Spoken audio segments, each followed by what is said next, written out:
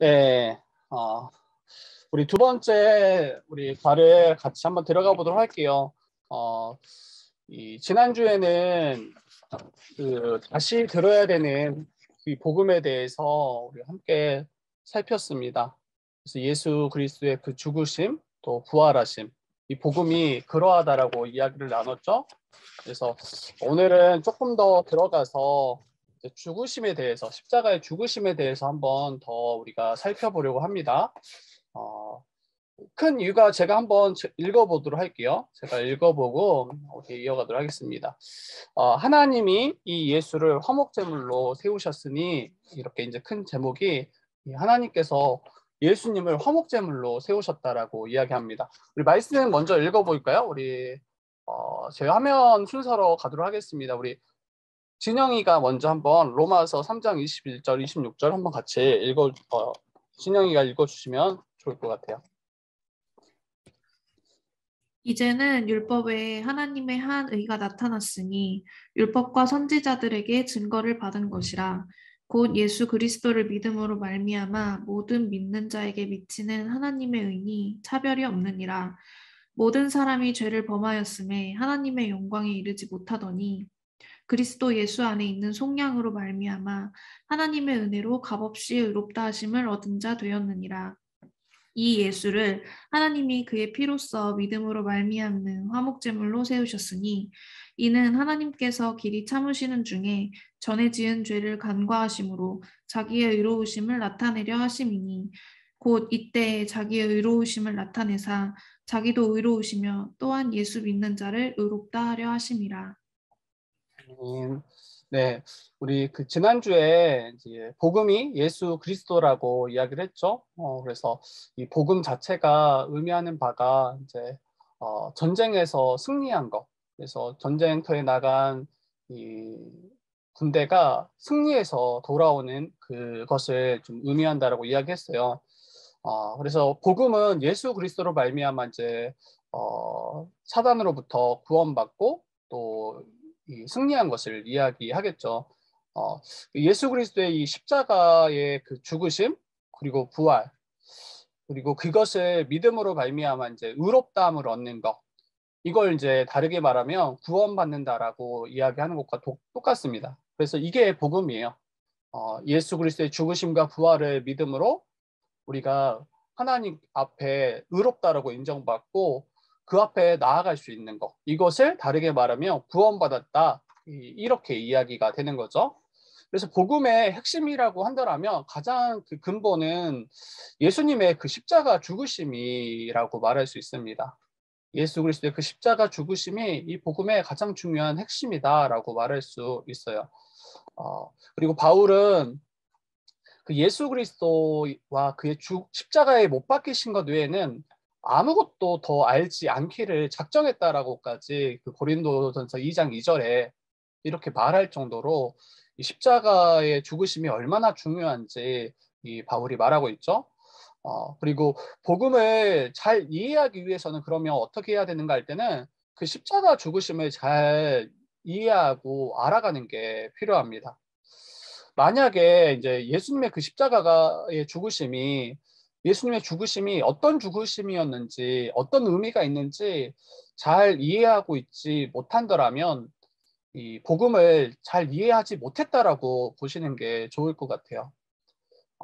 그러니까 우리가 다른 거 이것저것 다 안다 할지라도 혹시 예수님의 십자가 죽으심을 분명하게 알지 못한다라면, 그리고 바로 알지 못한다라면 복음을 모르는 것과 크게 다르지 않을 거예요. 그 신자들이 이 십자가 죽으심을 잘 모를 때 결국에는 이 복음에 대해서 오해하게 되고 왜곡하게 만듭니다. 그래서 이제 우리가 이 시간을 통해서 이제 좀 십자가를 더 한번 우리가 깊이 바라보기 원하고, 그리고 예수님의 이 복음, 예수 그리스도의 복음을 풍성하게 알고자 한다면 이 죽으심을 분명하게 알아야 된다. 같이 이야기할 수 있겠죠. 그래서 몇 마디 정도로 우리가 지난주에도 잠깐 이야기했지만 몇 마디 정도로 이 설명하는 방식을 우리가 좀 지향했으면 좋겠어요. 몇 마디로 복음을 설명할 수도 있어야 되겠지만 이 성경이 여러 본문을 통해서 말하고 있는 그 복음에 대해서 우리가 충만하게도 알아가고 이것을 말할 수도 있어야 됩니다. 이미 이제 저희 같이 배워왔기 때문에 아마 짧게도 이야기하고 또 길게도 또 풍성하게도 이야기할 수 있는 분들이 있을 거예요. 이 시간 다시 한번 또 점검하고 나는 정말 이걸 붙잡고 또 믿고 있는가 이것을 생각해 봤으면 좋겠습니다. 네, 예수 그리스도의 그 십자가 죽으심은 여러분 신약뿐만 아니라 또 구약에 걸쳐서 이야기하고 있는 주제예요. 우리 십자가 하면 신약에서만 우리가 찾게 되고 또 보게 되는 경우가 있잖아요. 이 십자가는 신약에서 밝히 드러나지만 또 성경 전체에 걸쳐서 이 구약에서부터 이 십자가를 우리가 살펴볼 수가 있습니다. 그리고 이것을 바로 알 때 우리의 믿음이 더욱 굳건하게 될 것이라고 우리가 볼 수 있죠. 우리 옆에 소제목 한번 제가 읽어보고 또 이어가도록 하겠습니다. 화목제물로서 십자가에서 죽으신 예수 그리스도. 예수님이 화목제물로 죽으셨다. 화목제물로서 십자가에 죽으셨다. 이 부분을 함께 살펴볼 텐데요. 1번에 보면 하나님이 예수님을 화목제물로 세우셨다라고 이야기해요. 누가 세우셨는가? 하나님이 예수 그리스도를 화목제물로 세우셨다. 그래서 말씀 본문의 25절에 이렇게 이야기하죠. 이 예수를 하나님이 그의 피로써 믿음으로 말미암는 화목제물로 세우셨습니다. 이 중간을 빼면 하나님께서 예수님을 화목제물로 세우셨다라고 이야기해요. 근데 누구를 위해서 화목제물로 세우셨는가 할 때는 예수 그리스도의 피를 믿는 자들을 위해서 세우셨다. 이렇게 이해하시면 됩니다. 이 개역개정으로 볼 때는 약간 이해하기 어렵게 쓰여져 있긴 하지만 하나님께서는 예수님을 화목제물로 세우셨는데 예수 그리스도의 피를 믿는 자들을 위해서 세우셨다라는 것, 이것을 말하는 것입니다. 화목제물, 이게 아마 이제 생소하게 들리시는 분도 있을 거예요. 화목제물? 이렇게 이제 물음표를 찍을 수 있겠죠? 여러분, 화목제물이란 성경에서 이 화목제물이란 이제 화목하게 하는 제물, 이것도 틀린 말이 아니에요. 화목하게 하는, 우리가 화목한 뭐 가정, 화목한 뭐 우리 공동체, 뭐 이렇게 이야기할 때 이러한 화목이라는 의미도 분명히 이제 있겠지만 아마 그것보다 성경에서 말하는 이 화목제물은 이 하나님의 진노를 진정시키고 풀어드리기 위하여 드려지는 제물을 말해요. 그러니까 이 단어 자체가 그런 화목이라는 우리가 일상에서 우리가 알고 있는 그 화목과는 약간 다른 단어예요. 그래서 이 화목제물이란 하나님의 진노를 진정시키고 풀어드리기 위해 드려지는 제물이다. 그로 말미암아 우리가 하나님과 화목하게 된 거죠. 이 뒤에 화목하게 되었다 할 때는 그때는 이제 관계적으로 우리가 하나님께 나아갈 수 있다라는 의미의 화목이지만 화목 제물이라고 할 때는 하나님의 진노를 진정시키고 풀어드리기 위해서 드려지는 제물이다. 그래서 여러분 화목제랑 화목제물은 다른 거예요. 우리 5대 제사가 있어요. 그 5대 제사 중에 화목제가 있거든요. 근데 그 화목제와 화목제물은 다른 거예요. 이 화목제라는 것은 이 죄가 속죄받은 자들이 하나님과 화목하게 되었음을 감사해서 드리는 제사가 화목제거든요. 근데 이 화목제물은 그 화목제와는 다릅니다. 뭐 간단하게 이해하시면 돼요. 이미 다 아시겠지만 하나님의 진노를 진정시키고 풀어드리기 위해 드려지는 제물이 바로 화목제물이다. 그런데 하나님이 이 예수님을 화목제물로 세우셨다. 이렇게 이야기하고 있습니다. 그러면 왜 예수께서 화목제물이 되셔야 했는가? 왜 화목이 필요한가? 그 이유에 대해서 한번 생각해 봐야 될 것 같아요. 여러분, 화목이 필요한 이유는 바로 하나님께 우리가 범죄했기 때문이에요. 그리고 범죄한 우리에게 하나님이 진노하시기 때문이에요. 하나님이 진노하시고 또 형벌하시기 때문이에요. 만약에 우리가 범죄했음에도 불구하고 우리가 하나님께 죄를 행했음에도 불구하고 하나님이 만약 진노하시지 않는다면 하나님을 우리가 두려워할 필요가 없어요. 그러니까 우리가 하나님께 범죄했어. 하나님께 우리가 죄를 지었어. 그런데 하나님이 형벌하시지 않고 진노하시지 않는다면 우리가 굳이 두려워할 필요가 없어요. 그냥 더 마음껏 우리의 뜻대로 우리의 원하는 대로 범죄하면 될 거예요. 거기에 대해서 어느 누구도 또 하나님조차 거기에 대해서 진노하시거나 형벌하시거나 나무라시지 않기 때문이에요. 그런데 죄가 무서운 이유는 죄로 말미암아 하나님의 진노가 일어나고 그 진노로 말미암아 영원히 이제 형벌받고 또 사망에 처해지기 때문이에요. 그래서 여러분 화목이 필요합니다. 이 하나님의 진노를 피하기 위해서 화목이 반드시 필요해요. 여러분 우리 인간에게 있어서 가장 큰 문제가 뭘까요? 우리 인간이 당면한 최고의 문제가 뭘까요? 뭐 부동산, 뭐 결혼, 뭐 전쟁, 여러 가지 문제들이 있을 거예요. 우리가 당면한 관계의 문제. 그런데 우리 인간이 당면한 최고의 문제는 죄에 대해서 하나님이 진노하신다는 거예요. 그리고 모든 자가 이 진노 아래 있다라는 거예요. 첫사람 아담 이후에 태어난 모든 사람은 죄인이고 또 하나님의 진노 앞에 서 있다라는 것. 이것이 바로 우리의 최고의 문제입니다. 그렇기에 이 하나님의 진노를 풀어드릴, 하나님의 진노를 진정시킬 그 화목 제물이 반드시 필요합니다. 그러면 두 번째로 화목의 근거에 대해서 우리가 살펴볼 텐데요. 화목의 근거. 어떻게 이 화목이 되는지, 무엇을 근거해서 화목하게 되는지. 여기서 화목은 계속 이야기하지만 이 하나님의 진노를 진정시키고 풀어드리는 이 제물에 대한 이야기예요. 화목의 근거. 여러분 하나님의 진노를 일으키는 인간의 죄에 대해서 하나님은 실제적으로 형벌을 집행하세요. 진노하셨다 하니까 뭐 삐지셨다, 뭐 우리에게 화가 나셨다 이 정도가 아니라 실제로 하나님은 진노하시고 진노가 형벌로서 집행된다라는 거예요. 그런데 하나님의 이 진노가 형벌로서 집행되는데 이게 어떻게 집행이 되었냐면 예수 그리스도께서 십자가에서 죽으심으로 예수 안에 있는 우리에게 동일하게 이 형벌이 집행됨으로 하나님의 진노가 이제 임하지 않는 거예요. 그러니까 예수 그리스도께서 십자가에 죽으심으로 예수 안에 있는 우리에게 실제로 형벌이 집행됐다라고 여겨주시는 거예요. 그래서 우리가 진노를 받지 않는 것.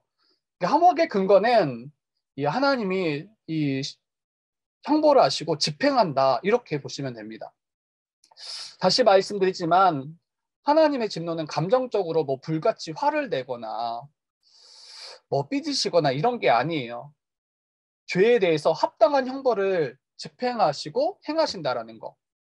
그리고 범죄한 우리는 이 하나님의 이 진노를 피할 수 없다라는 거. 그래서 반드시 화목 제물이 필요하다 이렇게 이야기할 수 있습니다. 그리고 화목의 의미에 대해서도 간략하게 살펴보면 죄의 형벌이 집행됨으로 하나님의 진노에서 돌이키게 해요. 이 화목의 의미를 볼 때 죄인된 우리를 대신해서 죄물이 대신 그 예수 그리스도의 죽음으로 말미암아 죄의 형벌이 집행되었을 뿐만 아니라 하나님의 진노가 실제로 풀어지고 하나님의 진노가 돌이켜진다라는 거. 그래서 의미가 있는 거죠. 의미가 있는 거죠. 예수께서 우리를 위해서 화목제물 되셨고 하나님이 이 예수님을 화목제물로 세우셨습니다. 여러분 이 가로 3번에 보면 이 하나님께서 이 예수님을 화목제물로 삼으셨다 다시 이야기하죠. 주어가 하나님이세요. 누가 세우셨는가? 그러니까 예수께서 자원해서 이 십자가를 짊어지신 것도 있지만 이 화목제물로 세우신 그 주체는 하나님이세요. 성부 하나님. 하나님께서 죄인된 우리, 심판받고 진노받기 합당한 우리를 구원하시기 위해서 주권적으로 마련하신 구원의 길이 바로 이 화목제물입니다. 하나님은 이제 공의로우시잖아요. 반드시 형벌하시고 진노하시는 것이 이 공의로우신 하나님에게 합당한 거예요. 우리는 마치 진노하시지 않는 게, 형벌하시지 않는 게, 그냥 값없이 그냥 용서해 주시는 게 마치 이게 하나님이신 것처럼 여기기 쉬운데, 하나님이 만약에 이런 공의로운 심판 없이 진노 없이 단순히 용서하신다면 이거는 하나님이 하나님 되시지 못하시는 거예요. 그래서 하나님께서는 죄인된 우리를 구원하시기로 결정하셨고, 그의 이 하나님의 속성에 합당한 그 주권적인 방법을 마련하셔서 우리에게 구원의 길을 제시해주고 계십니다. 그 구원의 길이 뭡니까? 예수 그리스도를 우리를 대신해서 이 제물로 삼으신 것이죠. 이 요한일서 우리 한번 말씀 읽어보도록 하겠습니다. 우리 학범이가 요한일서 4장 10절 한번 읽어줄래요? 사랑은 여기 있으니 우리가 하나님을 사랑한 것이 아니요 하나님이 우리를 사랑하사 우리 죄를 속하기 위하여 화목제물로 그 아들을 보내셨습니다. 네, 밑에도 한번 읽어주세요. 요한복음도. 이튿날 요한이 예수께서 자기에게 나아오심을 보고 이르되 보라 세상 죄를 지고 가는 하나님의 어린 양이로다. 그래서 이 본문에서도 이야기하지만 하나님이 우리를 사랑하사 우리 죄를 속하기 위하여 화목제물로 그 아들을 보내셨다라고 이야기하잖아요. 화목제물로 그 아들을 보내셨다. 그리고 요한복음 1장 29절에도 세상 죄를 지고 가는 하나님의 어린 양이로다. 어린 양은 귀엽다, 예쁘다 이거 아니죠. 지금 우리의 죄를 속죄하시기 위한 제물 되셨음을 이야기하는 거예요. 세상 죄를 지고 가는 하나님의 어린 양이로다. 그래서 우리가 예수를 믿을 때 예수께서 우리를 위하신, 우리를 대신한 화목제물 되셨음을 믿는 것이 굉장히 중요합니다. 예수님이 나를 사랑하시고 나를 위해서 죽으셨어.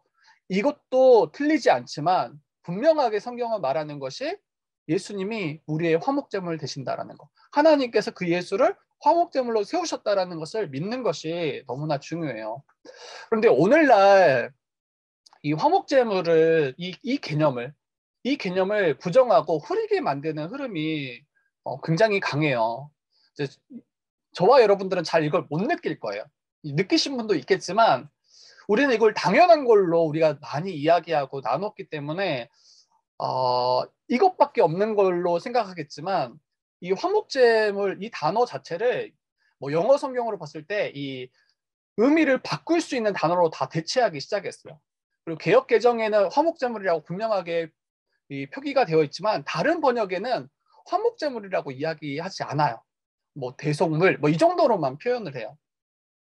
그래서 여러분 왜 이렇게 그러면 이 화목제물이라는 이 단어, 그러니까 우리 죄인된 자들을 대신해서 형벌 받으심으로 하나님의 진노를 풀어드린다라는 이 의미를 왜 바꾸려 하고 이걸 흐리게 만드는가 할 때는 이 하나님이 죄에 대해서 진노하신다라는 이것을 인정하지 않으려고 해요, 사람들이. 하나님께서는 죄인들에 대해서 진노하신다는 거, 이것을 인정하지 않으려고 하고, 왜 이걸 인정하지 않으려고 하냐면 우리가 죄인임을 인정할 때 이게 가능한 이야기이기 때문이에요. 그러니까 우리가 죄인됨을 인정하지 않으려고 하고, 또 현대 그런 흐름에서 이 철학이나 뭐 이 현대 사상에 있어서 여러분 죄에 대한 진노를 말하기를 굉장히 꺼려합니다. 교회들도 이걸 잘 하지 않아요.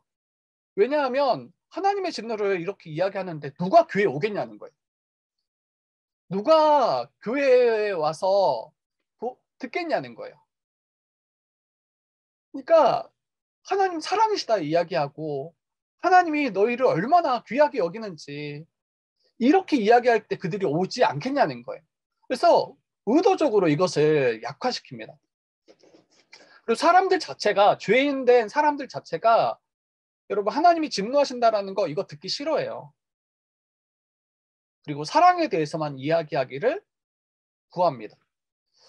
십자가를 여러분 생각해 보세요. 예전에 저도 그랬지만 십자가를 하나님의 진노가 부어져서 우리에게 부어질 그 진노를 해결하는 자리로 잘 이야기하지 않고 하나님이 우리를 사랑하시는 증거로만 이야기합니다.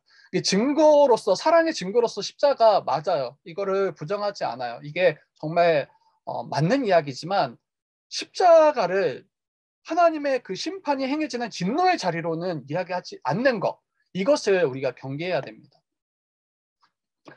하나님 사랑이시라고 이야기하잖아요. 이걸 이렇게만 알고 이렇게만 믿기를 원해요. 그래서 진노하시는 하나님을 꺼려하고 그리고 어떤 이들은 진노하신다고 한다면 그리고 하나님이 진노하셔서 누군가 대신해서 이 형벌을 받아야 된다고 이야기한다면 이거 굉장히 야만적이다, 잔인하다 이렇게 이야기하기도 합니다.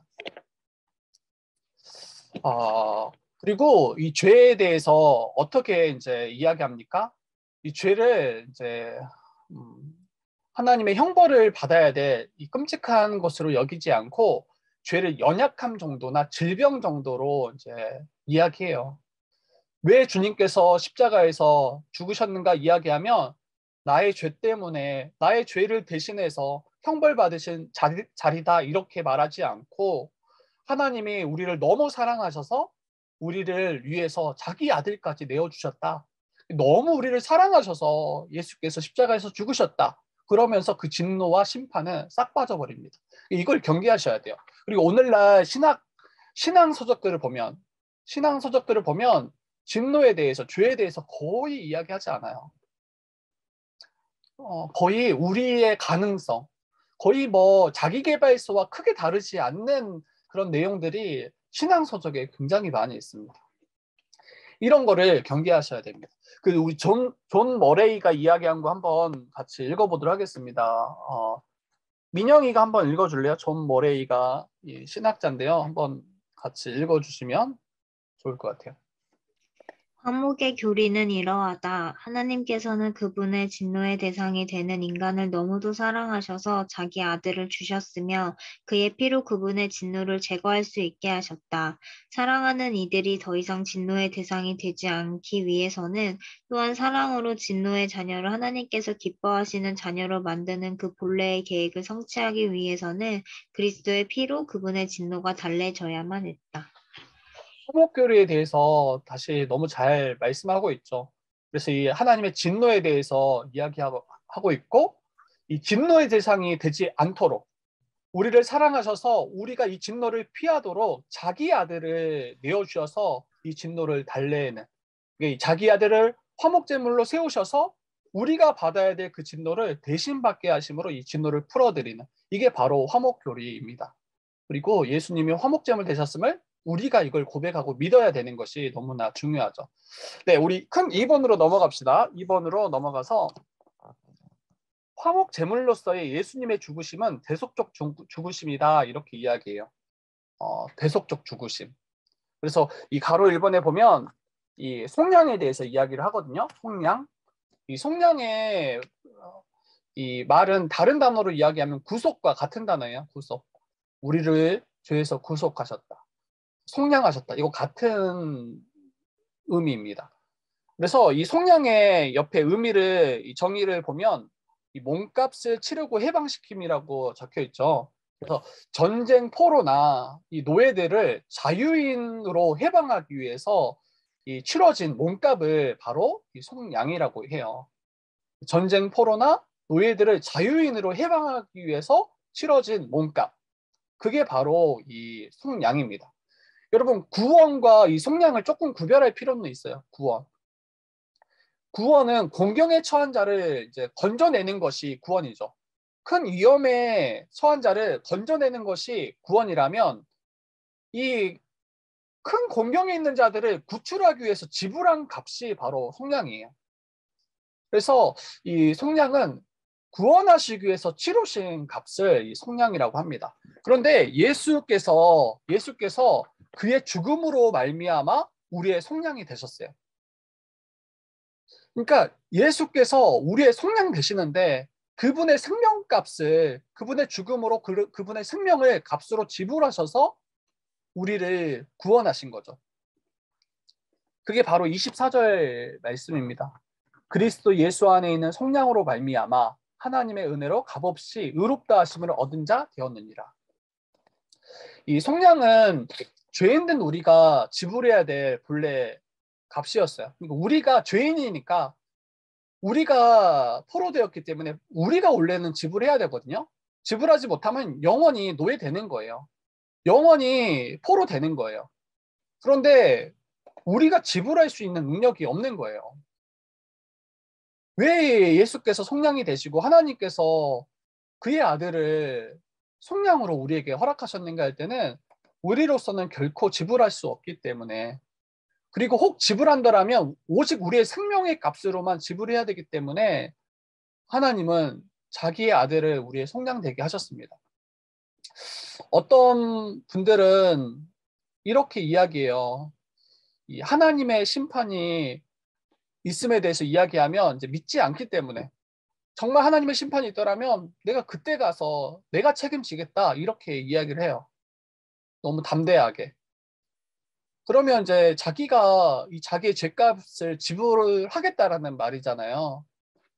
그런데 그 지불해야 될 값이 이 생명이고 또 영원한 형벌 받는 것이 이게 지불하는 것인데, 이제 이렇게 말하는 분들은 이제 이게 정말 진리가 아님을, 하나님이 살아계시지 않음을 확신하고 말하는 것일 텐데 너무나 이제 안타깝다라는 생각이 듭니다. 그런데 이 우리가 받아야 될 그 모든 죄의 형벌을 대신 받으심으로 우리의 속량 되시는 그 예수로 말미암아 우리는 이 영원한 형벌에서 자유함을 받은 자들이잖아요. 해방받은 자들이잖아요. 그리고 자유인이 된 자들이잖아요. 그래서 이게 얼마나 큰 은혜고 감사인지 다시 한번 생각하게 되는 것 같아요. 본래 우리가 다 받아야 됐던 그 형벌인데. 그리고 가로 2번으로 넘어가서 예수 그리스도가 우리의 속량이 되신 이유는 하나님이 이 우리를 대신해서 예수님을 화목제물 삼으셨기 때문이에요. 예수 그리스도가 왜 우리의 속량이 되시는가? 이게 뭘 말하려고 하냐면 하나님만이 우리의 속량의 값을 매기실 수가 있어요.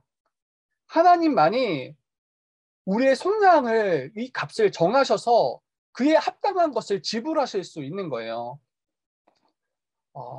죄인된 우리가 건진받기 위해서는 여러분 우리의 생명이 본래 우리의 생명이 지불되어야 되는 거예요. 죄인된 자는 하나님께 범죄했기 때문에, 그리고 그 하나님이 만왕의 왕이시잖아요. 하나님께 범죄한 우리는 사망밖에 없는 거예요. 만왕의 왕, 가장 높으신 분을 우리가 그 앞에 범죄했더라면 여러분 사망을 피할 수 없는 거죠. 그래서 하나님께서는 우리의 죄의 값을 정하실 수 있고, 그분이 이제 피해 당하셨기 때문에, 그리고 충분히 감당할 만한, 충분히 그에 상응할 만한 그 값을 지불할 때 우리가 건진받을 수 있는 거예요. 그런데 그게 바로 예수 그리스도인 거예요. 우리의 죄를 너무나 가볍게 여기지 말아야 돼요.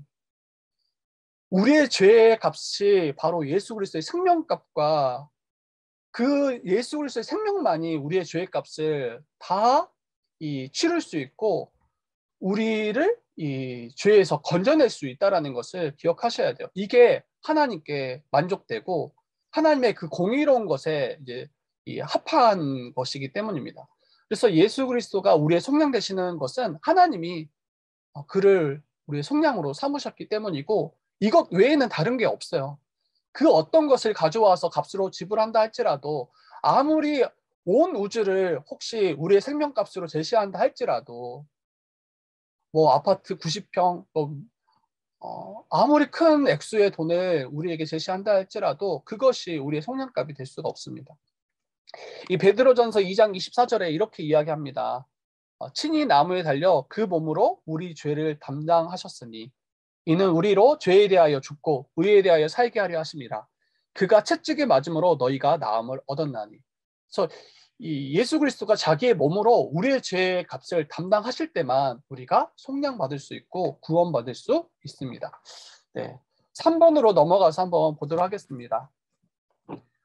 여러분 믿음의 대상은 그러면 뭘까요? 우리가 무엇을 믿어야 되는가? 예수께서 우리의 화목제물 되심을 믿는다. 앞에서 이야기했죠. 그리고 조금 더 들어가서 우리가 믿어야 될 바는 예수 그리스도의 그 피예요. 피. 여기 가로에 예수 그리스도의 그 죽으심, 이것을 믿는 거죠. 로마서 3장 25절에 그의 피로써 믿음으로 말미암는, 이렇게 이제 이야기하는데, 이 타번역을 보면 이것을 해석할 때 예수의 피를 믿음으로써 효력이 발휘한다, 이렇게 이야기해요. 예수의 피를 믿음으로 효력이 일어난다라고 이야기해요. 오직 예수의 피를 믿을 때만 예수께서 우리의 화목제물 되실 수 있는 거죠. 그래서 무엇을 믿는가? 이렇게 우리에게 누군가 질문한다라면 예수 그리스도가 우리를 대신하는 화목제물 되셨음을, 그리고 그분의 십자가 죽으심이 바로 나의 죄를 대신하는 대속적 죽음이었다라는 것을 믿어야 돼요. 예수를 믿습니다 고백할 때 이 내용이 반드시 포함되어야 돼요. 그냥 우리를 너무 사랑하셔서 죽으셨습니다, 이렇게 말하면 충분치 않아요. 그리고 도리어 이 잘못된 믿음으로 흘러갈 수 있어요. 그래서 예수 그리스도가 우리를 대신하는 화목제물 대신, 그리고 십자가에서 대속적 죽음을 죽었다는 사실을 믿으시고 고백하셔야 돼요. 그리고 피를 이야기할 때 이 피 자체가 상징하는 바는 생명이잖아요. 그래서 예수 그리스도의 죽음을 상징합니다. 그의 생명의 값이 지불되어진 이 죽음을 상징하고, 십자가에 못 박혀 죽으셔서 모든 피를 쏟으심으로 우리의 이 생명을 위하여 속죄가 되셨음을 말합니다. 이 레위기 17장 11절도 한번 읽어보도록 하겠습니다. 이거 은혜가 한번 읽어줄래요? 레위기 17장 11절. 육체의 생명은 피에 있음이라. 내가 이 피를 너희에게 주어 제단에 뿌려 너희의 생명을 위하여 속죄하게 하였나니 생명이 피에 있으므로 피가 죄를 속하느니라. 네. 그래서 죄를 속하기 위해서는 반드시 피가 필요하고, 누군가 대신해서 이 죽음으로 말미암아 생명의 값이 지불됨으로 말미암아 우리가 이 구원함을, 이 속량을 얻을 수 있습니다. 우리 가로 2번으로 넘어가도록 할게요. 가로 2번에 구약의 희생 제물처럼 예수 그리스도는 우리를 위해 죽으신 것이다. 앞에서 제가 잠깐 설명했죠. 신약뿐만 아니라 구약에서 예수 그리스도의 그 화목제물 대신, 그것이 이미 앞서 예언되어져 있고 계시되어져 있습니다. 그래서 구약의 희생제물처럼 예수 그리스도는 우리를 위해서 죽으신 것이다. 이렇게 말하죠. 그리고 여러분, 하나님께서 그 제사법을 허락하시잖아요. 율법 안에 제사법이 있는데 거기에 이제 동물 제사를 드리게끔 하세요. 번제, 속죄제, 속건제, 이게 다 이 동물의 희생 제사를 이야기하는데, 이 희생 제사를 드림으로 우리의 죄가 이 속죄되도록, 우리의 죄가 해결되도록 이 하나님께서 마련하신 방법이에요. 문제는 이 동물 제사로는 완전치 않다라는 거예요. 일시적이고 영원하지 않아요. 그리고 여러분, 사람이 범죄했고 그 범죄로 말미암아 죽임 당해야 되는데 동물이 대신 죽는다라는 것이, 이것이 값이 맞지 않아요. 값이 맞지 않아요. 이제 그렇다면 왜 동물 제사를 명령하셨는가 할 때는 이것이 이제 예수 그리스도의 그 화목제물 되심을 예표하기 때문이에요. 누군가 나의 죄로 인해서 누군가 대신 형벌을 받음으로 속죄함을 받을 것임을 보여주기 위한 그 예표가 바로 구약의 동물 제사입니다. 그러니까 어떤 분들은 구약에는 구원을 어떻게 받는가 할 때는 동물 제사를 통해서 그 제사를 드림으로 구원받은 거 아닙니까? 그리고 신약에서는 예수를 믿음으로 구원받은 거 아닙니까? 구약 사람들은 어떻게 구원받았습니까? 이렇게 이제 질문할 때 그렇게 대답합니다. 그런데 이거는 이제 잘못된 거죠. 그리고 구약에서도 믿음으로 구원받고 신약에서도 믿음으로 구원받아요. 이 동물 제사가 상징하는 바가 무엇인지 분명히 알아야 이 제사를 드릴 때마다 더욱더 하나님의 그 구원의 방법인 예수 그리스도의 그 화목제물 되심을 우리가 이해하고 이것을 더 붙잡을 수 있겠죠.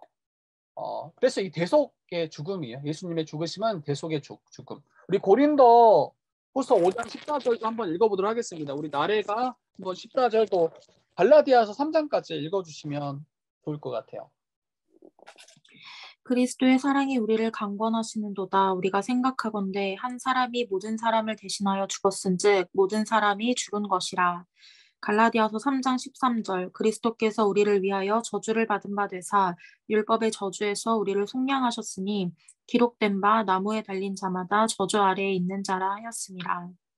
네, 우리를 대신해서 이제 죽으신 죽으심, 대속의 죽음이었다라고 이야기하고, 여러분 예수 그리스도의 죽음은 모든 사람을 대신하는 죽음이에요. 예수님은 또한 죄인으로 죽으셨어요. 이 죄인이 아니신데 죄인으로 죽으셨어요. 그리고 예수님이 죽으실 때 그 상황들을 한번 생각해 보시면 이 공식 법정에서 판정받으셨어요. 죄인이라고. 그리고 공개적으로 처형 당하셨고, 그리고 모든 유대인들이 예수님의 그 십자가 죽음을 볼 때 다 저주받은 것이라고 다 그렇게 인정했습니다. 왜냐하면 아까 갈라디아서 3장 13절에서 이야기할 때 나무에 달린 자마다 저주 아래 있는 자이기 때문이에요. 그리고 이게 신명기 말씀과 연결되어지는데 나무에 달린 자마다 하나님께 저주받은 자다라고 이야기하기 때문이에요. 그런데 예수님은 죄가 없으시잖아요.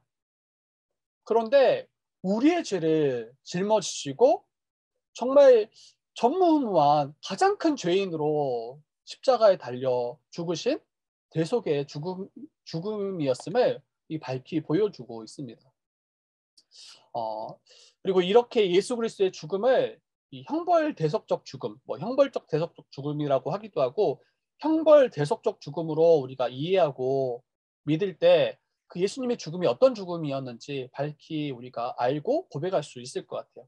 우리의 죄의 본질이 무엇인지, 또 이 죄로 말미암아 어떠한 우리가 형벌을 받게 되는지, 그리고 하나님이 얼마나 거룩하시고 공의로우신지, 그리고 우리를 구원하시기 위해서 이 하나님의 사랑이 얼마나 큰지, 이것을 우리가 다양하고 또 바르게 이해할 수 있을 것입니다.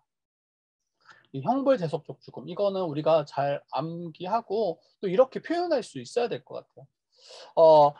두 번째 우리 큰 제목으로 넘어가서 우리 대속적 죽음의 기원인 구약제사, 이제 구약제사를 통해서 한번 더 살펴보도록 하겠습니다. 예수님의 죽음이 어떠한 죽음이었는지 좀 더 살펴보도록 할게요. 네, 1번 대속적 죽음은 이 모형이에요. 그러니까 구약제사는 이 대속적 죽음의 모형이다. 에베소서 한번 우리 말씀 읽어볼까요? 히브리서랑 우리 해리가 한번 읽어주세요. 에베소 5장 2절, 히브리서 9장 22절. 그는 우리를 위하여 자신을 버리사 향기로운 제물과 희생 제물로 하나님께 드리셨느니라. 피 흘림이 없은즉 사함이 없느니라. 네. 그래서 지금 에베소서 5장 2절이랑 또 히브리서 9장 22절 여기서 뭐라고 이야기하냐면 예수께서 우리를 위하여 자기를 버리셔서 향기로운 제물과 희생 제물로 하나님께 드리셨다라고 이야기하잖아요.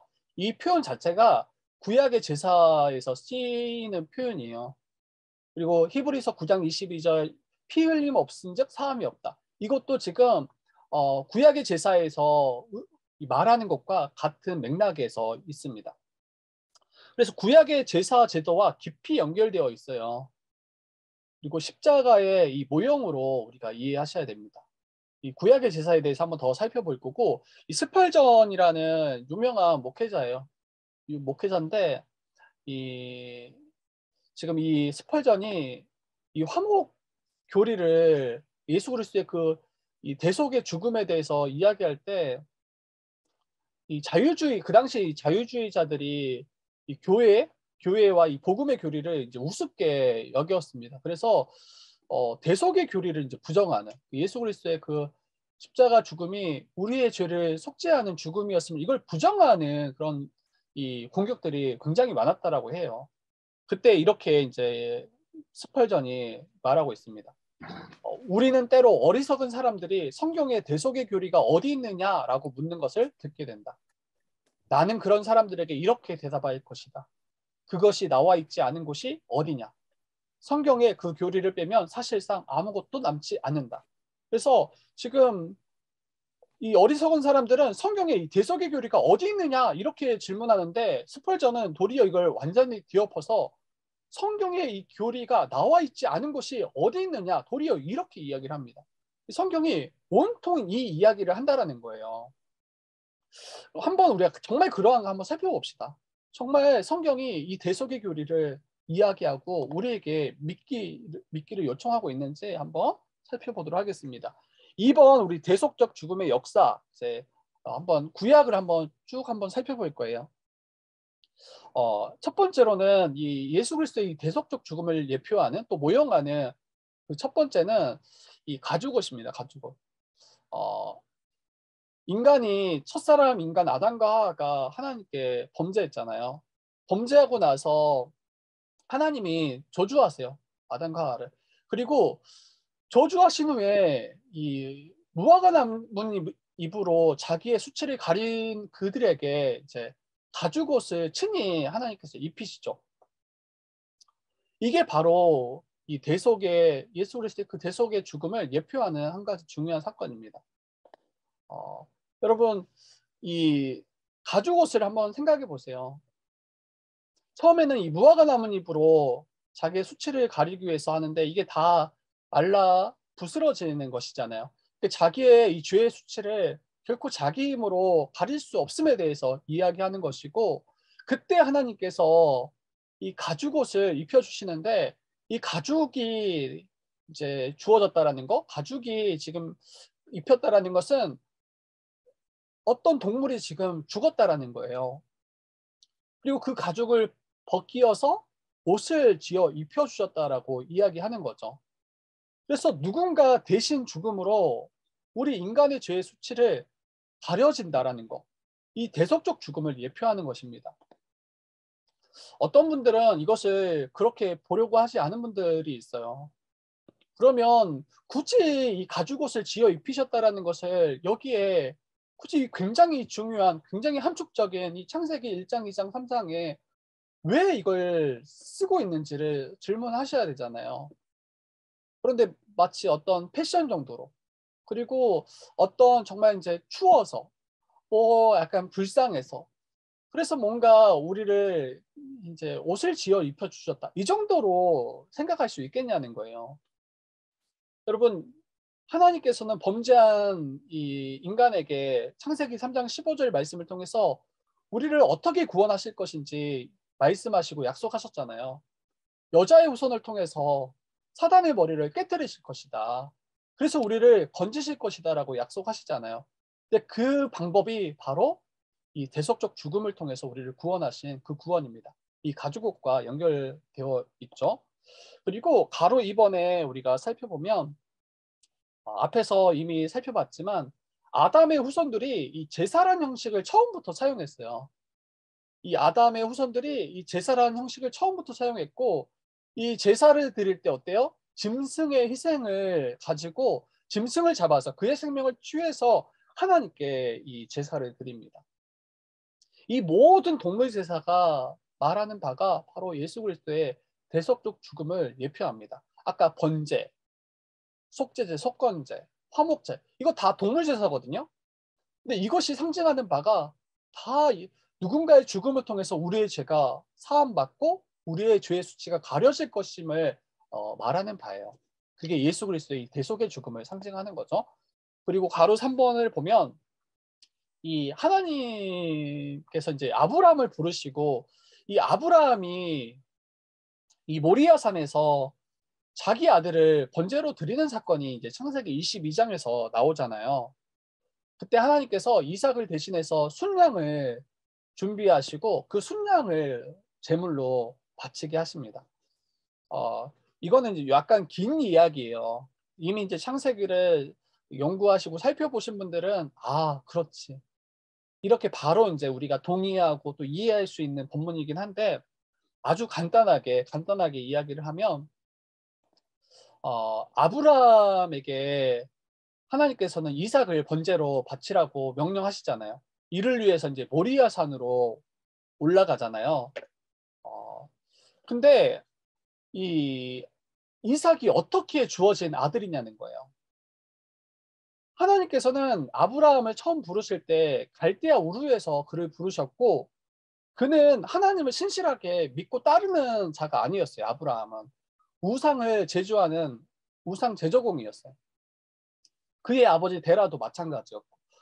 여러분, 그러면 우상 제조공이었더라면 하나님을 믿는 자가 아니었어요. 하나님을 따르는 자가 아니었어요. 여러분, 뭐 혹시 이제 이제 불교 용품을 파는 사람이 기독교인, 이런 거 생각해 보신 적 있어요? 그리고 기독교 백화점인데 불교인, 이거 결코 그렇게 하시면 제가 한 번도 보지는 못했는데 혹시 그런 분이 있으면 한번 말씀해 주세요. 우상을 제조했다라는 것은 우상을 따르고 우상을 믿는 자였어요. 적어도 우상을, 그 만든 우상을 믿는 자가 이 우상을 판매했을 거 아니에요. 제조했을 거 아니에요. 이처럼 하나님의 백성에 합당한, 또 믿음의 조상으로 부르기 합당하지 않은 그 아브라함을 부르셨어요. 근데 75세. 그리고 부르셔서 뭐라고 약속하시냐면 내가 후손을, 자손을 줄 것이다. 그리고 너의 자손을 통해서 모든 열방이 복을 받을 것이다. 너의 이름을 창대케 할 것이다. 이렇게 약속하시고 부르셨어요. 그리고 땅을 줄 것이다. 그런데 75세에 부름받았는데 99세까지 아들 하나가 없었어요. 너의 후손을 통해서 모든 열방이 복받게 하시겠다라고 약속하셨는데 아들 하나가, 자손 하나가 없었어요. 그리고 완전히 자기의 힘으로, 육체적인 어떤 힘으로는 출산이 불가능할 때, 이게 아브라함도 마찬가지고 자기 아내 사라가 생리가 완전히 다 끊쳐졌을 때 그때 허락하신 아들이 이삭이거든요. 그런데 하나님이 이삭을 번제로 바치라라고 명령하세요. 여러분, 이 사건을 이제 잘못 이해하면 하나님이 아브라함에게 얼마나 나를 사랑하는가, 이것을 시험하시기 위한 시험 정도로 이야기할 수 있어요. 그런데 이거는 만약에 이렇게만 이해하신다면 이방 신들의 그 인신제사를 명령하는 것과 크게 다르지가 않아요. 하나님이 그러한 하나님 정도밖에 이야기할 수 없을 거예요. 근데 하나님은 지금 이 사건 외에는 뭐 인신제사 이런 걸 명령하신 적이 없어요. 근데 마치 인신제사를 명령하는 거, 너가 정말 나 사랑하면 바쳐봐라, 이렇게 명령하신 것처럼 보이지만 실제로는 그 핵심은 그게 아니에요. 아브라함에게 이삭을 주실 때는 어때요? 결코 얻을 수 없는, 마치 죽은 자와 같았던 아브라함에게 생명을 허락하신 거예요. 이거 누가 이 자손을 허락하셨는가? 아브라함의 힘이 아니라 오직 하나님만이 죽었던 그에게 생명을 허락하셨다라는 것을 보여주는 사건이에요. 그러면 아브라함에게 이삭을 바치라는 사건은 정말 이걸 믿느냐라는 거예요. 하나님이 불가능했던 그러한 아브라함에게 이 생명 허락하셨음을 정말 믿고, 혹시 이삭의 생명을 취했다 할지라도 그를 죽음에서 살리셔서 반드시 이 언약을 이루실 그 능력의 하나님을 믿냐라는 거예요. 근데 거기에 아브라함이 주저함 없이 칼을 빼듭니다. 그리고 모리아산에서 자기 아들 이삭을 잡으려고 할 때 하나님이 긴급하게 간섭하셔서 그의 몸에 손대지 말라고 하세요. 이미 칼을 주저함 없이 빼들었을 때 이미 아신 거예요. 정말 아브라함이 정말 죽음 가운데 있던 자기를 살리셔서 이 생명을 허락하시고 하나님의 언약을 이루실 것이라는 것을 아시고 거기에서 그치게 하신 거죠. 그런데 그때 이삭을 죽이지 않잖아요. 그때 하나님께서 여호와 이레라고 말씀하시는 그 사건이 일어나죠. 이삭을 대신해서 바칠 순양을 예비하신 거예요. 이게 바로 이 대속적 죽음을 또 예표합니다. 우리가 죽어야 될 그 자리, 이삭이 아마 우리를 예표할 거예요. 근데 우리가 죽어야 될 그 자리에 하나님께서 준비하신 순양을 통해서 우리 대신해서 죽임을 당하게 하신, 이게 예수 그리스도 아닌 다른 것을 이야기할 수 없을 것 같아요. 이삭은 죄로 인해 죽을 수밖에 없는 우리를 예표하고, 이 순양은 우리 대신해서 죽임당한 예수 그리스도를 예표합니다. 그리고 아브라함은 아마 하나님의 그 모습을 또 예표하기도 할 거예요. 친히 죄인된 우리를 위해서 자기 아들까지 아끼지 않고 내어줬던 그 하나님의 마음을, 그 하나님을 예표하는 존재가 또 아브라함이기도 합니다. 그리고 조금만 더 이야기를 하면 이 아브라함이 이삭을 바쳤던 그 모리아산은 결국 그 장소가 신약에 와서는 어디로 드러납니까? 예수 그리스도가 십자가에 못 박히셨던 그 골고다 언덕, 그곳으로 이야기가 연결돼요. 하나님이 준비하신 그 화목 제물이 바로 예수 그리스도이심을, 그리고 그분의 대속적 죽음으로 말미암아 우리가 생명을 얻을 것임을, 그것을 이 창세기에 너무 많이 이야기를 합니다. 우리 요한복음 3장 16절 한번 읽어보도록 하겠습니다. 요한복음 3장 16절 말씀. 네, 그 18페이지죠. 우리 사모님이 읽어주시면 좋을 것 같아요. 요한복음 3장 16절이랑 로마서 8장 31절. 하나님이 세상을 이처럼 사랑하사 독생자를 주셨으니 이는 그를 믿는 자마다 멸망하지 않고 영생을 얻게 하려 하심이라. 그런즉 이 일에 대하여 우리가 무슨 말하리요? 만일 하나님이 우리를 위하시면 누가 우리를 대적하리요?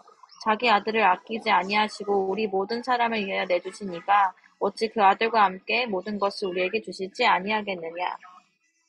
그래서 하나님께서 자기의 아들 독생자까지 내어주신 그 대속의 그 은혜를 다시 한번 이야기하고, 로마서도 계속 이야기하죠. 자기 아들을 아끼지 아니하시고 우리 모든 사람을 위하여 내주신 이가 어찌 그 아들과 함께 모든 것을 우리에게 주시지 않겠느냐, 이렇게 이야기합니다. 구약의 이 예수 그리스도의 대속 죽으심에 대해서 너무 많이 이야기하고 화목제물 되심에 대해서도 이야기합니다. 그리고 또 분명하게 또 이야기하는 게 이제 가로사번의 이 6월절 어린 양 사건이에요. 6월절 어린 양 사건. 이스라엘의 이 출애굽 역사, 이 출애굽 사건, 이 출애굽의 역사적인 그 출애굽 사건의 이 중심이 바로 6월절 어린 양이거든요. 그래서 예굽 땅에 이 모든 처음 난 것을 죽이는 10번째 재앙. 그러니까 10가지 재앙이 하나님께서 허락하시고 그 10번째 재앙이 이 애굽 땅의 모든 처음 난 것을 죽였던 이 사건이 이 10번째 재앙이잖아요. 처음 난 거, 모든 거, 이 초태생이라고 이야기하는데, 처음 난 것은 모든 것을 다 죽이겠다라고 말씀하세요. 여긴 동물도 다 포함되고 애굽 백성들은 말할 것도 없고 왕도 다 포함돼요. 뭐 신분과 상관없이 동물. 뭐 근데 거기에 더 한 가지 더 들어가는 거는 이스라엘 백성들의 그 초태생도 다 이 죽음을 피할 수 없는, 그러니까 그들조차도 이제 본래 죽어야 되는 그런 상황이 일어나는 거예요. 근데 그때 이 출애굽기 12장 1절에 14절 말씀을 보면 모세를 통해서 말씀하시는데, 어린 양을 잡아서 그 문설주와 문방에 이제 어린 양의 피를 바르라고 명합니다. 그리고 어린 양의 이 피를 바른 집은 하나님께서 이 지나가시겠다라고, 이 심판을 시행하시지 않고 지나가시겠다라고 이야기해요. 그래서 6월절 하면 이 패스오버라고 하죠. 이 하나님이 지나가셨다라는 의미예요. 만약에 이 어린 양의 피를 이 문설주와 문방에 바르지 않으면 어떻게 됩니까? 하나님이 그 집을 지나가실 때 그 집의 초태생 죽이시는 거예요. 그리고 여러분, 초태생이 죽었다라는 것은, 이 초태생은 전체를 의미하는 이 상징하는 의미예요. 그래서 초태생이 죽었다라는 것은 그 집에 있는 모든 자들이 죽었다는 것과 똑같은 의미입니다. 그런데 이 6월절 어린 양의 피가 발린 집은 이 죽음을 피한 거죠. 그게 바로 6월절 사건이고, 그러면 왜 하나님께서 이 어린 양의 피가 발린 집은 넘어가셨을까요? 물론 명령하셨기 때문이기도 해요. 그렇게 바른 집을 내가 넘어가겠다. 그런데 이 피가 아까 생명을 상징한다고 했잖아요. 어린 양의 피가 발렸다라는 것은 하나님께서 그 집에 발린 어린 양의 피를 바라보시면서 죽었구나. 내가 이 집에는 심판을 행했구나. 그 철철 흘러 넘치는 그 피를 바라보시면서 심판이 이미 시행됐음을 그렇게 여겨주시고 넘어가신 거예요. 그러니까 그냥 넘어가신 게 아니라, 그냥 눈 감아 주신 게 아니라, 그 어린 양의 피를 보시면서 이 집은 내가 심판했다라고 여기시고 넘어가신 거예요. 그리고 실제로 그 심판을 어린 양이신 예수 그리스도가 대신 받으신 거예요. 그 어린 양이 대신 죽어서 우리가 이 심판을 피하게 된 거죠. 이게 이 6월절 사건이에요. 그리고 여러분, 6월절 사건은 또 신약으로 연결돼요. 전에 한번 제가 설교했던 것 같은데, 여러분 예수 그리스도가 십자가에 못 박히시기 전, 그 전날 밤에 제자들과 함께 만찬을 나누시잖아요. 이 최후의 만찬이라고 하기도 해요. 근데 그 만찬은 여러분 6월절 날에 나누신 식사예요. 6월절. 그리고 이 6월절에는 사람들이 각 가정이 모여서 이 6월절을 기념하면서 이 식사를 나눕니다. 그때 음식이 양이에요. 어린 양. 그리고 6월절 때 먹었던 이제 뭐 무교병이나 이런 것들을 두고 또 포도주를 함께 먹고 마시면서 식사하면서 하나님께서 본래 죽을 수밖에 없었던 우리를 구원하시고 그 심판이 넘어갔다라는 것을 기념하면서 이 지키는 절기가 바로 6월절이에요. 근데 예수님이 자기 자신을 6월절 어린 양으로 이해하실 뿐더러 성경이 예수님에 대해서 6월절 어린 양으로서 희생되셨다라고 증언합니다. 그리고 이 마지막 그 십자가에 못 박히시기 전날 밤에 제자들과 이 성찬식이라고 하죠. 6월절날 6월절을 기념하기 위해서 이 성찬식을 같이 나누시면서 그때 이 어린 양이 없어요. 실제 먹고 마셔야 되는 어린 양이 없어요. 그런데 그러시면서 예수님이 뭐라고 말씀하시냐면 빵을 떼어서 주시면서 내 살을 먹으라. 그리고 포도주를 이제 부으시면서 내 피를 마시라. 이렇게 말씀하세요. 본래 빵을 뜯는 게 아니라 물론 무교병을 뜯기도 해요. 그런데 그때는 어린 양을 먹어야 돼요.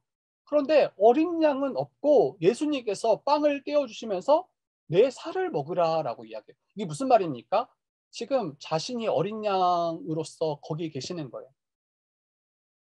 그리고 예수 그리스도께서 우리를 대신해서 죽임당하시고 피 흘리심으로 말미암아 우리가 살 것임을 말씀하시는 것이 바로 그 성만찬 그리고 그 최후의 만찬 그 사건입니다.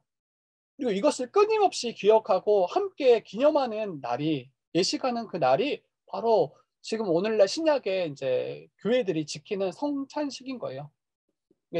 이 성찬식 때는 예수님의 그 대속적 죽음을 기억하는 거죠. 그리고 그분의 죽음으로 말미암아 우리가 생명을 얻었음을 그리고 우리에게 베풀어져야 될 하나님의 심판이 넘어갔음을 이야기하는 것입니다.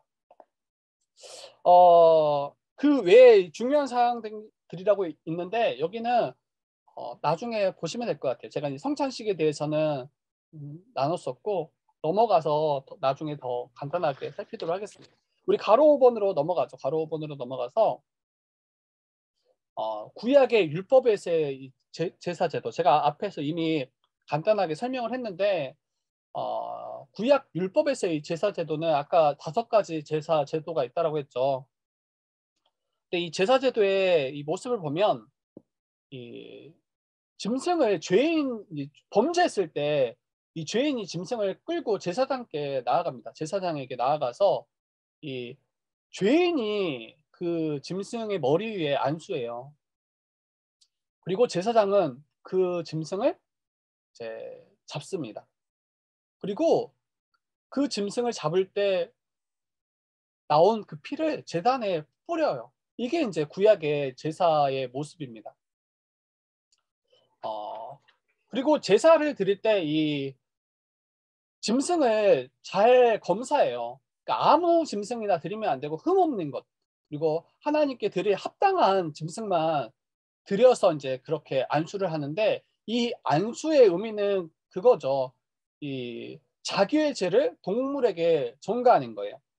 또 다르게 말하면 이 동물을 자기 자신과 동일시하는 그런 모습이기도 해요. 그러니까 자신의 죄를 전가하든 아니면 이 짐승을 죄인된 자기 자신과 동일시하든 지금 나를 대신해서 죄인된 그 사람을 대신해서 이 동물이 죽는다라는 것을 말하는 거죠. 그리고 여러분 죄의 문제를 해결할 때 이 제사제도를 통해서 반드시 누군가 대신하여 한 생명이 죽는다라는 것을 의미합니다. 대신 죽어야 되는 거예요. 동물이 원래 죽어야 했던 그 자리가 자신이 죽어야 됐던 그 자리임을 보여주는 거죠. 이 제사 제도는 그러한 의미가 굉장히 강하고요. 그리고 밑에 보면 이 제임스 패커라는 사람의 또 여기도 이제 목회자이면서 신학자예요. 우리 한번 읽어봅시다. 우리 진영이가 다시 한번 읽어주면 좋을 것 같아요. 제임스 패커. 하나님께서는 구약의 제사 제도를 통해 속죄의 방법으로서의 대표적 대속을 가르쳐 주셨다. 구약에서 죄인이 죄를 위해 바칠 완전한 동물의 머리에 손을 얹어 죄인과 동물과 죄인을 동일시함으로써 그 동물은 상징적으로 그 죄인을 대표하는 것이 되었다. 그런 다음 그 동물은 제사 드리는 사람의 대속물로서 죽임을 당했고 속죄가 이루어졌으며 진노를 피하고 사귐이 회복되었다는 표시로 그 피를 여호와 앞에 뿌리고 성소 안에 있는 번제단에 발랐다. 네. 앞에 제가 설명했던 것과 같은 이야기죠. 그래서 구약의 제사 제도는 이 대속적 죽음을 가르치고 있다. 근데 어떤 분들이 이렇게 이제 묻기도 해요. 이 두 종류의 제사라고 이야기하잖아요. 이 속죄제와 속건제, 그리고 화목제와 소제. 근데 이 소제는 곡식을 드리는 제사예요. 그리고 화목제는 아까 이야기했던 것처럼 어떤 죄를 대속하는 그런 의미는 뭔가 약해요. 그러면서 모든 제사가 이 대속을 이야기하지 않는데 왜 대속을 말한다라고 하느냐 이렇게 질문하시는 분들이 간혹 있어요. 그런데 여러분 이게 이제 이 속죄제와 속건제와 이 화목제와 소제는 긴밀하게 연결됩니다. 무슨 말이냐면 이 속죄제와 속건제는 하나님께서 범죄하여 용서를 갈구하는 이 핍절한 죄인들을 그 죄를 속죄하는 제사가 바로 속건제와 속죄제예요. 그러니까 이 죄의 용서를 위해서 드려지는 이 제사인 거죠. 그러면 화목제와 소제는 뭐냐면 이 죄 용서받은 자들이 하나님을 의존해서 살아가는 것을 말해요. 거기에 감사해서 드려지는 제물이 바로 이 화목제와 소제입니다. 그래서 이것과 따로 분리할 수 없어요. 따로 분리할 수 없고 모든 제사가 이 대속의 이 죽음, 그 대속의 그 화목제물 대신한 이 대속의 그 죽음을 근거해서 이 모든 제사가 있음을 우리가 기억하시면 좋겠어요. 그래서 두 종류의 제사의 관계는 이 죄를 용서받은 자가 은총으로 살아갈 수 있다라는 거. 이 화목은 속죄 없이 불가능하다라는 걸 이야기합니다. 우리가 어떻게 하나님과 화목하게 되었습니까? 이 죄가 속죄함 받았기 때문이에요. 그리고 대속의 의미에서 이 피 흘리며 피 뿌리는 희생 제사로서의 그 구약 제사가 있는데 이거는 그냥 간단하게 살피면 될 것 같아요. 이 피 흘림, 우리 피 흘림이라는 우리 이야기 많이 하잖아요. 그 교회에서 많이 듣잖아요. 이 피 흘리다라는 것은 이 다른 사람을 위해서 생명을 이제 내어놓는 것을 상징합니다. 이 피가 쭉 흘러나갈 때 이 자기의 생명을 다른 이를 위해서 이제 내어주는 것을 상징하고 피를 뿌린다라고 이야기하잖아요. 이 피 뿌림은 이제 정결과 연결됩니다. 이 부정한 것에 이 뿌려서 정결케 하는 것을 이 피 뿌림이라고 이야기해요. 이 대속의 의미에서 이제 피 흘림, 피 뿌림이 이야기하는데 이게 이제 어떤 의미가 있는지 간단하게 살피고 넘어가면 될 것 같아요. 그리고 이제 가로 6번을 우리가 좀 더 살필 텐데요. 아사세 그 염소에 대해서 좀 살펴볼 거예요. 이제 구약의 또 이 대속의 죽음을 가장 잘 보여주는 이 죽음이 바로 이 염소 아사셀이에요. 이 대속죄일에만 드려지는 제사예요. 대속죄일에만. 그리고 두 염소를 준비합니다. 두 염소. 이 하나는 동일하게 이제 안수하고 하나는 이 하나님께 이 번제로 드려요. 그리고 또 하나는 두 염소라고 했죠. 또 하나는 대제사장이 이제 두 손으로 안수하고 그 이스라엘 백성들의 모든 그 죄를 고백한 후에 이 번제로 잡는 것이 아니라 광야의 외딴 곳으로 보내어서 풀어줘요. 여러분 왜 풀어주냐면 그를 살리기 위함이라기보다는 광야의 외딴 곳이 의미가 있어요. 그러니까 결코 돌아올 수 없는 곳으로 그를 데려다가 놓아줍니다. 이 이제 이 염소, 이 아사셀 염소를 통해서 의미하는 바는 무엇이냐면 이 염소의 일단 첫 번째 염소의 죽음을 통해서 이 우리의 죄가 속죄되었음을 드러내주고 또 두 번째 이 염소를 통해서 지금 이 우리의 이제 죄가 어떻게 또 연결되는지를 이제 보여주는 거예요. 그러니까 우리의 있던 죄가 이 아사셀에게 전가되어지고 이 염소를 가장 광야의 애땅 곳으로 보내서 결코 이 죄를 기억하지 않겠다. 결코 이 죄를 내가 생각하지 않겠다. 우리의 죄에 대해서 용서하시겠다. 이것을 의미하는 거예요. 예전에 제가 어떤 그 애니메이션을 봤던 건지 아니면 아마 애니메이션이었어요. 근데 아니면 제가 들었던 이야기였는지 기억이 확실하지 않는데 어떤 사람이 한 뭐 짐승을 강아지였는지 돼지였는지 잘 모르겠어요. 그런데 이 짐승을 자기가 이제 기르고 있는데 이거를 어떻게든 띄워놓고 싶어가지고 막 온갖 방법을 씁니다. 그런데 아주 정말 신기하게 데려다 놓고 집에 오면 그게 있는 거예요. 돌아와 있는 거예요. 그래서 막 비행기를 태워서 외국에다가 데려놓고 비행기를 타고 돌아왔는데 집에 가보니까 또 있고.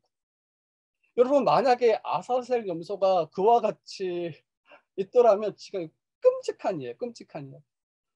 여러분 아사셀 염소는 그의 죄 모든 이스라엘 백성의 죄를 전가하고 결코 돌아올 수 없도록. 그래서 그 어떤 이는 이렇게 이야기하더라고요. 그 광야의 외딴 곳으로 데려가서 혹시 돌아올까 봐 높은 곳에서 그 염소를 던져버리고 왔다라고 하더라고요. 혹시 돌아올까 봐. 돌아오면 끔찍한 거예요. 우리가 다시 우리의 죄를 기억하시고 또 우리의 죄가 용서받지 못했다라는 것을 마치 상징할 수 있기 때문에 결코 그런 일이 없도록 가장 멀고 외딴 곳 그리고 이제 그를 해하기까지 하는 그런 모습을 들었던 것 같아요. 여러분 이 하나님은 우리의 죄를 결코 기억하시지 아니하시고 용서하실 것임을 이 대속의 제물인 이 아사셀을 통해서 우리가 살펴볼 수 있습니다. 이 시편만 잠깐 읽어봅시다. 시편 103편 11절 12절 학범이가 한번 읽어주면 좋을 것 같아요. 이는 하늘이 땅에서 높음 같이 그를 경외하는 자에게 그의 인자하심이 크심이로다. 동이 서에서 먼 것 같이 우리의 죄과를 우리에게서 멀리 옮기셨으며. 그래서 우리의 죄를 기억하시지 않고 또 가장 멀리 보내어서 결코 돌아오지 못하도록 이렇게 하시는 그 은혜를 우리 대속의 제물을 통해서 볼 수 있죠. 네, 우리 넘겨서 우리 더 보배로운 그리스도의 피 이제 여기 보면 이제 마칠 것 같습니다. 우리 더 보배로운 그리스도의 피에 대해서 한번 살펴보도록 하겠습니다. 첫 번째는 예수 그리스도의 그 속죄제물, 예수 그리스도의 그 속죄제물이 얼마나 이제 우월한가를 좀 이야기할 수 있을 것 같아요. 예수 그리스도도 속죄제물로 드려졌죠. 그리고 예수 그리스도의 그 피가 구약의 속죄제물처럼 제단에 다 뿌려졌어요. 이 고린도후서 5장 21절, 이 베드로전서 2장 24절, 히브리서 9장 28절 여기를 보면 이 하나님이 죄를 알지도 못하시는 일을 우리를 대신해서 죄로 삼으셨다. 이렇게 이야기하고 또 베드로전서 2장 24절은 그 몸으로 우리 죄를 담당하셨다. 그리고 그가 우리를 대신해 채찍에 맞으셨다라고 이야기해요. 그리고 히브리서 9장 28절에는 이와 같이 그리스도도 많은 사람의 죄를 담당하시려고 단번에 들이신 바 되셨다. 그래서 예수 그리스도가 이 구약의 속죄 제물처럼 우리를 위한 이제 속죄 제물 되셔서 그의 피를 다 쏟으셨음을 이야기합니다. 그리고 두 번째로 큰 2번으로 가면 여러분 예수 그리스도의 피는 짐승들의 피보다 무한히 우월하시다라고 이야기해요. 같은 피 아닙니까? 그렇게 이제 말할 수 없죠. 왜 예수 그리스도의 피가 짐승들의 피보다 무한히 우월하신가 할 때는 동물의 제사로는 우리의 죄를 영원히 속죄할 수 없어요. 범죄할 때마다 또 다시 동물을 잡고 또 제사를 드려야 되지만 이 하나님의 어린 양 되시는 예수 그리스도는 어때요? 단 한 번의 그 제사로 말미암아 십자가 이 사역으로 말미암아 모든 인류의 죄를 다 속하셨어요. 과거와 현재와 미래 또 모든 자들의 죄를 다 속하셨습니다. 왜냐하면 그분이 하나님이시고 또 하나님의 아들이시기 때문이에요. 또 그분이 죄가 전혀 없으시기 때문이에요. 여러분 히브리서 7장 27절에 이야기하죠. 대제사장들이 먼저 자기 죄를 위하고 또 다음에 백성의 죄를 위하고 날마다 제사를 드리는 것과 같이 할 필요가 없다. 이는 그가 단번에 자기를 들여 이루셨습니다. 이렇게 이야기하고 있죠. 우리 가로 2번으로도 바로 넘어가도록 하겠습니다. 예수님의 피는 능히 우리의 죄를 완전히 사하고 근본적으로 변화되어 하나님을 섬기도록 한다. 이렇게 이야기해요. 예수님의 피가 얼마나 능력이 있는가. 우리의 죄를 완전히 사한다. 우리의 죄를 완전히 사한다. 그리고 그 피는 우리를 근본적으로 변화되어서 하나님을 섬기도록 한다라고 이야기하고 있어요. 이 히브리서 9장 13절에서 14절 말씀 보면 이 동물의 제사, 염소와 황소의 피와 이 암송아지의 죄를 부정한 자에게 뿌렸을 때 그 육체를 정결하게 하고 거룩하게 한다라고 이야기해요.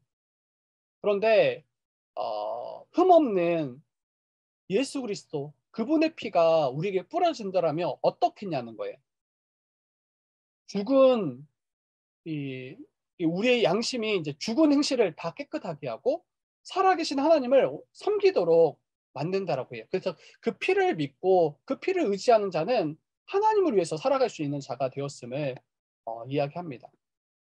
그리고 히브리서 10장 11절에서 12절 보면 이 12절만 잠깐 볼게요. 그리스도께서는 죄를 사하시려고 단 한 번에 영원히 유효한 제사를 드리셨다라고 이야기해요. 단 한 번에 영원한 유효한. 그래서 우리의 죄를 단번에 해결하셨을 뿐만 아니라 그 효력이 영원해요. 이게 얼마나 예수님의 그 피가 우월하시고 능력 있으신지를, 그리고 그것을 믿는 자가 바로 신자입니다. 우리 묵상과 적용 같이 한번 나누도록 하겠습니다. 묵상과 적용 같이 나누고 오늘 같이 기도하도록 할게요. 여러분 이제 오늘 같이 한번 예수 그리스도의 그 피가 어떠한 피였는지 또 죽음이 어떠한 죽음이었는지 같이 살폈어요. 이 믿음의 참된 대상이 예수님이시죠. 그런데 예수님이 어떠한 죽음을 당하셨는지 우리가 분명하게 알아야 돼요. 화목제물로서 우리를 위해서 죽으셨습니다. 하나님이 그를 화목제물로 세우셨습니다. 그래서 우리가 믿는 바는 예수께서 우리의 대속이 되셔서 우리의 속량이 되셔서 우리의 화목제물 되셔서 나의 죄를 위하여 죽으셨음을 믿는 거예요. 그리고 이것이 우리에게 온전히 적용되어지기 위해서는 여러분 그 피를 믿어야 돼요. 정말 예수 그리스도의 피가 어떠한 피였는지 어떠한 죽으심이었는지 이것을 온전히 믿어야 됩니다. 그리고 이 그의 피를 믿음으로 예수님이 나를 위해 화목제물로 십자가에 대속적 죽음을 죽으셨다는 것을 믿는 거예요. 거의 같은 말이죠. 거의 같은 말이고 이게 너무나 중요해요. 앞에서 제가 여러 번 말씀드렸잖아요. 예수님이 나를 너무 사랑하셔서 죽으셨습니다. 이 정도로 안 돼요. 성경이 물론 얼마나 사랑하셨는지가 십자가에서 드러나긴 하지만 그 십자가가 우리 죄인들에게 쏟아질 그 진노를 대신 받으셔서 이 진노를 풀어드리는 죽으심이었다라는 것을 이걸 분명하게 알고 고백하시고 믿어야 됩니다. 또 가로 2번을 한번 더 보도록 할게요. 여러분 예수 그리스도를 화목제물로 세우셔서 믿는 신자를 의롭다 하시는 분은 하나님이세요. 하나님이 이 일을 행하셨어요. 마치 하나님은 우리를 진노하시고 우리를 벌하시고 우리를 죽이시려고 하시는데 예수님께서 그것을 막으시고 우리를 위해서 죽으신 것이 아니라 하나님이 모든 이 구원의 길을 여시고 우리를 위해서 화목제물 삼으신 분이, 그리고 우리를 위해서 자기 아들을 속량의 값으로 준비하신 분이 바로 하나님이세요. 하나님이 얼마나 우리를 사랑하시는가 우리가 다시 한번 기억하셔야 되죠. 그리고 신자가 믿을 때 이 예수님의 그 공로를 우리에게 다 덧입혀 주시고 우리에게 허락하여 주십니다. 그래서 하나님이 어떠한 분이신지 또 바로 믿으셔야 돼요. 큰 2번으로 한번 우리가 가도록 하겠습니다. 큰 2번으로 여러분, 신자는 그 믿음의 근거에서 이제 감사와 찬양으로 살아가는 자임을 우리가 또 기억하셨으면 좋겠어요. 이걸 이제 믿는 자들이 어떻게 살아가는가? 자기 아들을 위해서, 우리를 위해서, 자기 아들을 우리를 위해서 화목제물로 삼으신 그 하나님이 정말 우리가 믿어진다라면, 정말 이것이 우리를 위해서 베풀어진 그 놀라운 은혜라면 우리가 항상 감사해야 되겠죠. 이것을 늘 감사하고 또 우리 예배 때마다 우리의 모든 삶 가운데 그분의 그 십자가의 은혜를, 그 십자가의 사랑을 우리가 기억하고 감사하는 자로 살아가야 됩니다. 여러분, 본래 우리는 그런 은혜를 받을 만한 자격이 없었던 자예요. 그냥 형벌을 받는 것이 합당한 거예요. 그런데 그런 자들을 위해서 자기 아들까지 내어주신 그 사랑이 얼마나 큰지 이걸 우리가 기억했으면 좋겠고, 항상 감사했으면 좋겠고, 그거에 근거해서 우리가 예배했으면 좋겠습니다. 그리고 여러분, 이 대속을 위해서 그냥 단번에 그냥 예수님 보내주신 게 아니에요. 구약에서부터, 창세 전부터 이 대속적 죽음을 하나님께서 예비하시고 준비하셨어요.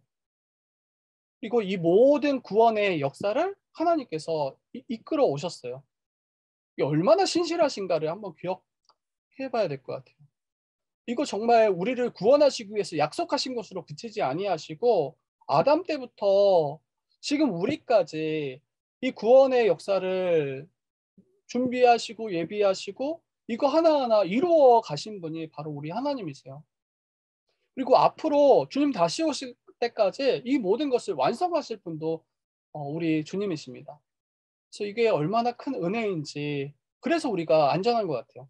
다른 것을 우리가 의지하고 그것을 우리가 근거하고 신뢰했더라면 늘 흔들릴 수밖에 없을 텐데, 하나님이 태초 전부터 준비하시고 또 이루어 가시고 지금까지 끌어오셨더라면 여러분, 이 이유도 여러분 안전해요.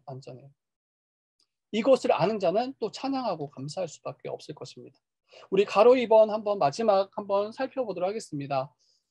우리를 위해 자신을 내어주신 예수 그리스도께 또 항상 감사하자. 앞에서는 하나님이 우리를 위해서 어떻게 행하셨는지를 이야기했더라면 가로 2번에서는 우리를 위해 자신을 내어주신 예수 그리스도, 그분을 항상 우리가 기억하고 감사해야 되죠. 우리를 위해서 자기를 내어주시기 위해서 어떻게까지 행하셨냐는 거예요. 하나님이 인간이 되셨잖아요. 종의 형체를 입고 화목제물 되셨잖아요. 그분이 마치 죄인된 우리와 똑같이 이 땅 가운데 오셨잖아요. 그리고 그 제단 위에 스스로 오르셔서 이 십자가 가운데 죽으셨잖아요.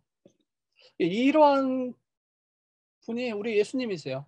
그 예수님을 우리가 믿고 그 예수님을 우리가 정말 신뢰한다라면, 이것을 우리가 인정한다라면 참되게 예배 드려야 되겠죠. 우리 예배의 자리를 다시 한번 기억했으면 좋겠어요. 우리 예배의 자리가 정말 이런 감사와 기쁨과 이것을 우리가 온전히 인정함으로 예배하고 있는가, 혹시 그리하지 않고 있지는 않는가, 이것을 한번 다시 점검했으면 좋겠습니다.